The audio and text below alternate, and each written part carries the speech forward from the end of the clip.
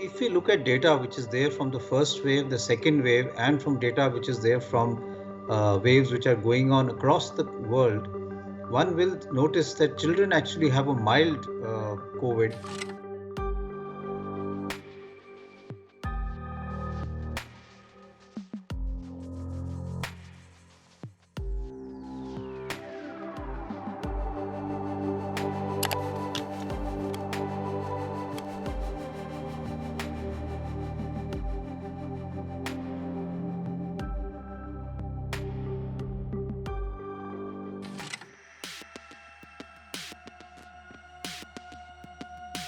So Pfizer has already got approval from the FDA as far as vaccinating children is concerned.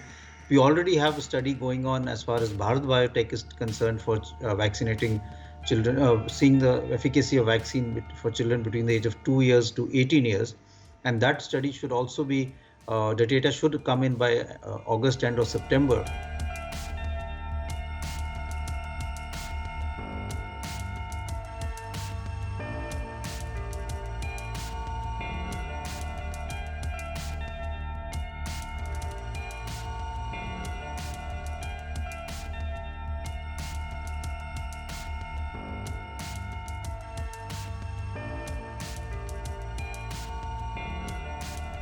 We have not seen any indication that the virus is causing more severe illness in young children and adolescents, and I see no reason why that should change in the coming months.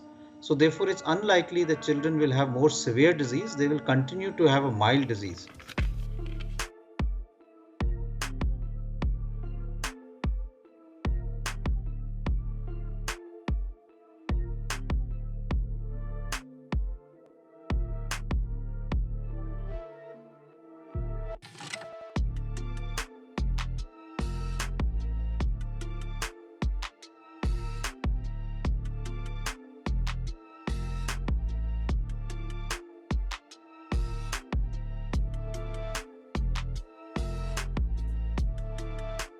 The concern that I think a lot of people have is basically that if since children have been protected for the last 1.5 years, and now if the virus spread more and we open up schools, play schools also open up and people start coming together, it will be difficult for children to have COVID appropriate behavior, and in them the virus may spread more rapidly. So we may have more children getting infected over a period of time, but most of them will have a mild illness.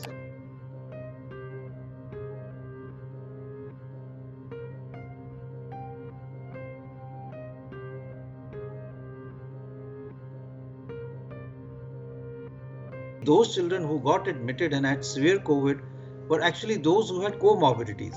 We did not see healthy children having a severe disease. It was mainly children who had underlying comorbidities like cancer, or they were on immunosuppressant drugs and therefore immunity was low.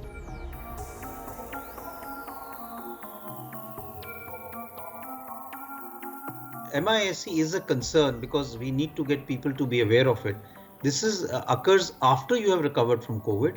So this occurs after a child has recovered from COVID and then goes on to have multisystem inflammatory syndrome of children, where there can be involvement of the heart, there can be fever, there can be skin rash and other features.